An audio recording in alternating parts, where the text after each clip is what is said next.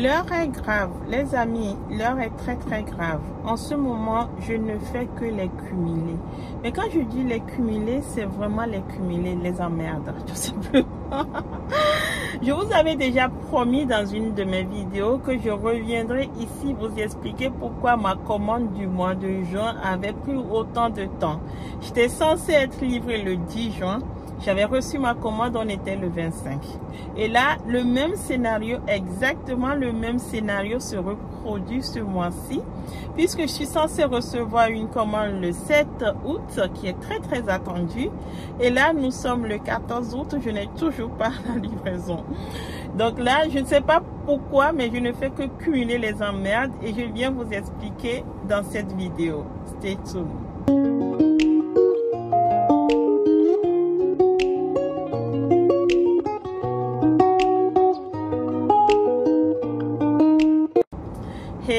Hello, coucou les amis, j'espère que vous allez bien. Moi, je ne suis pas en pleine forme. Souvent, je vous dis je suis en pleine forme, mais là, je ne suis plus du tout en pleine forme. C'est devenu très compliqué. Je ne fais que cumuler les emmerdes, comme je vous disais. Et les raisons sont diverses et variées. Et c'est ça que je viens partager avec vous ici.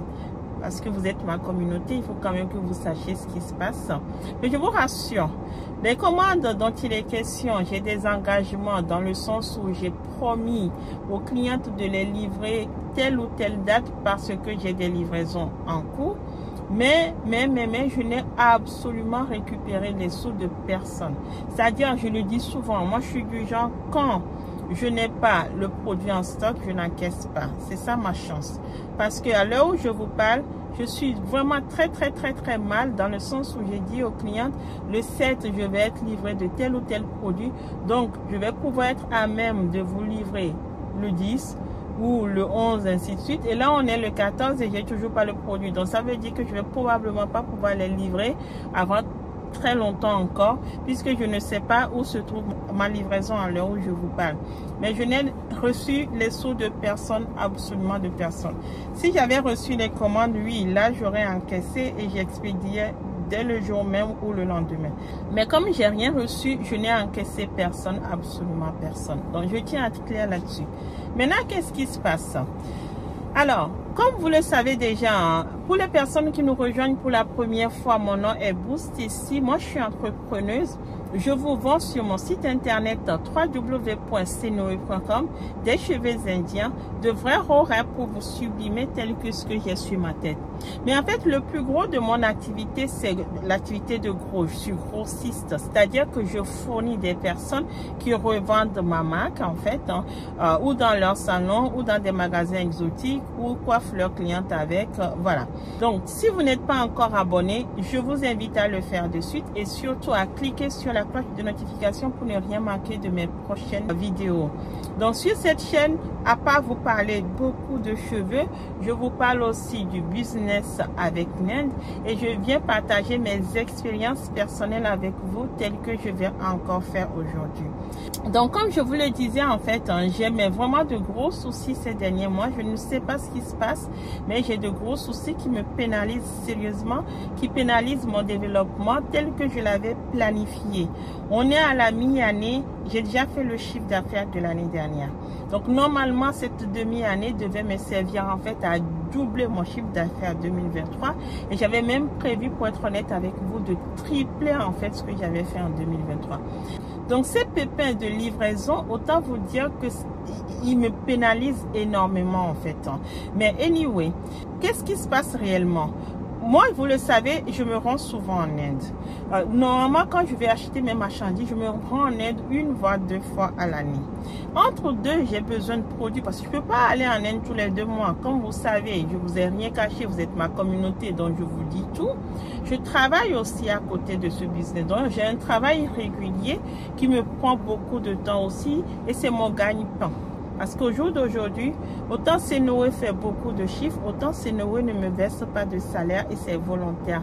Tout ce que Senowe fait est réinjecté dans Senowe pour son développement. Donc j'ai pour l'instant encore un travail à côté qui me permet d'assurer le confort de vie souhaité. Donc quand je pars en Inde, ça veut dire que j'ai pris des congés pour partir en Inde.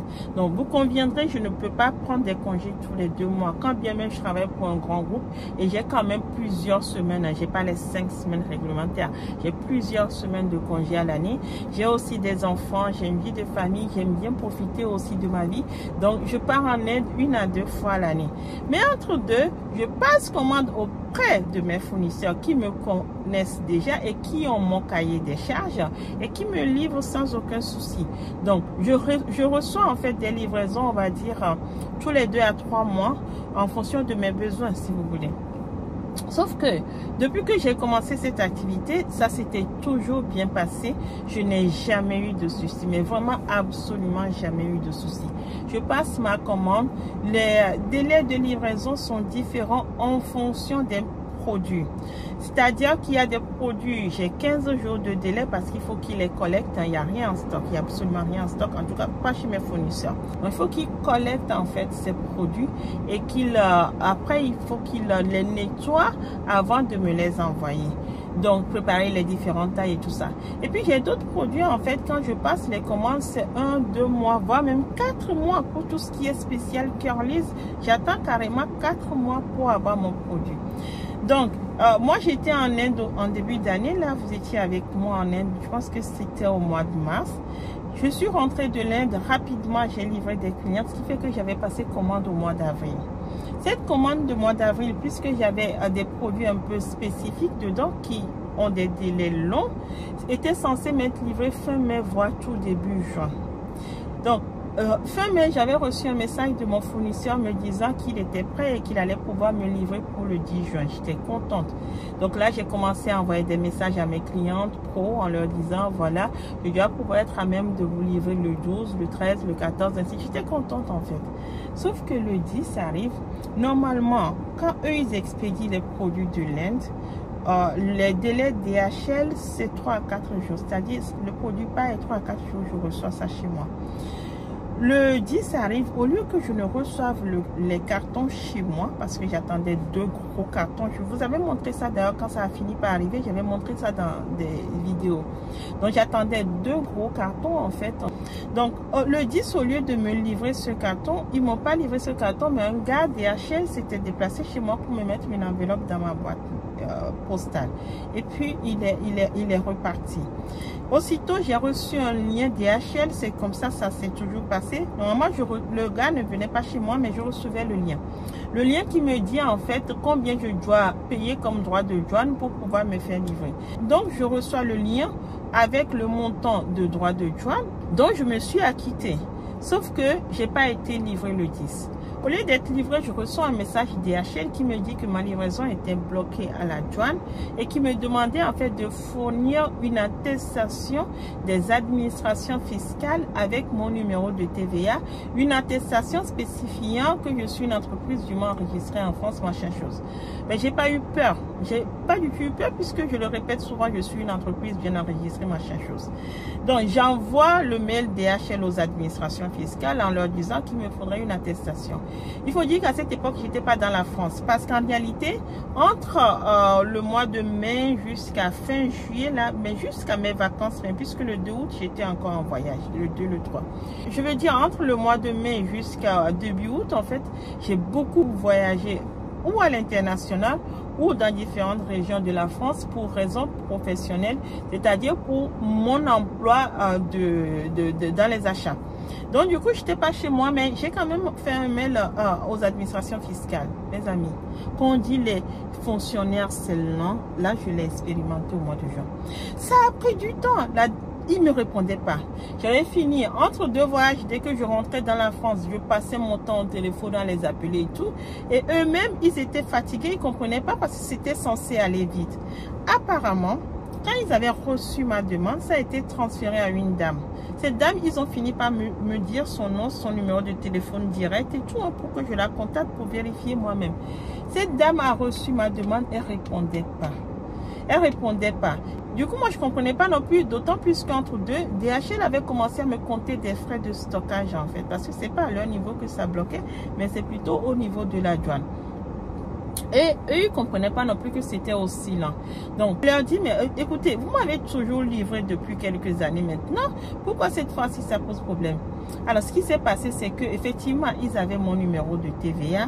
Ils m'ont toujours livré. Mais il est vrai qu'il y a eu une évolution dans les statuts de mon entreprise en 2023. Donc, comme s'ils n'avaient pas eu cette information, je n'ai pas compris puisque j'ai été en Inde en début d'année et j'ai payé des frais de douane à mon retour. Donc, j'ai rien compris du tout. Mais anyway, on a traîné cette histoire pendant 15 jours. Un jour, j'avais pété un câble au téléphone. Et là, ils ont fini par récupérer mon dossier de chez cette dame. Je ne sais pas si elle était en arrêt maladie, si elle était en congé. J'ai jamais compris la raison pour laquelle ça a pris autant de temps. Mais au bout de 15 jours, ils ont fini par... Quelqu'un a repris ce dossier en fait et a fini par traiter ce dossier. Et c'est seulement après que cette personne ait traité les dossiers qu'ils ont pu me fournir la fameuse attestation que j'avais adressée à DHL, qui lui-même l'avait communiqué au service de douane pour que mes 2 gros cartons soient enfin libérés. Et en plus, ils en ont profité. J'ai dit, mais pourquoi cette fois-ci, ils ont fait tout ça? Et ils m'ont dit, mais vous avez même de la chance qu'ils vous le livrent parce que, en fait, c'est parce que j'avais le fameux certificat de santé et cette attestation des administrations fiscales et tout ça, qu'ils ont pu débloquer la situation. Sinon, ma livraison aurait pu être bloquée. Mes amis, je vous parle des dizaines de milliers d'euros de commandeurs. Heureusement que ça s'est bien terminé parce que j'avais pu obtenir le document souhaité auprès des administrations fiscales. Et ça parce que je paye des impôts. Et ça parce que je déclare tout. Je vous le dis franchement, faites attention à ce que vous faites ici dehors. Parce qu'apparemment, mes cartons avaient été piochés comme ça au hasard. Donc imaginez si j'avais une salle comme on dit. Imaginez si je ne payais pas les impôts, si je ne déclarais pas les choses et tout ça, ils bloquaient tout, mes dizaines de milliers d'euros partis en fumée comme ça. Donc, ils ont fini par me livrer. Donc, les livraisons que je devais assurer autour du 12, 14 et machin chose, j'ai fini par livrer mes clientes à la fin, à partir de la fin du mois de juin. Bon, ils ont été cool. Ils ont compris que c'était pas de ma faute. Ça nous a tous fait perdre des ventes, mais voilà. J'ai pu les livrer et puis cette livraison s'est terminée aussi rapidement en fait. Sauf que j'attends pas en fait d'être complètement à sec pour repasser commande puisque j'ai conscience des différents délais fournisseurs. Du coup, j'ai repassé une autre livraison, commande pardon, qui devait m'être livrée pour tout début août. Mon fournisseur m'écrit quand il était prêt en me disant, écoute, je vais pouvoir te faire un partiel parce qu'il y a tel produit dans ce que tu as livré, ce sont les fameux baby curly que je n'ai plus, et ça va nous prendre du temps. Je ne vais pas pouvoir te livrer avant le mois de septembre.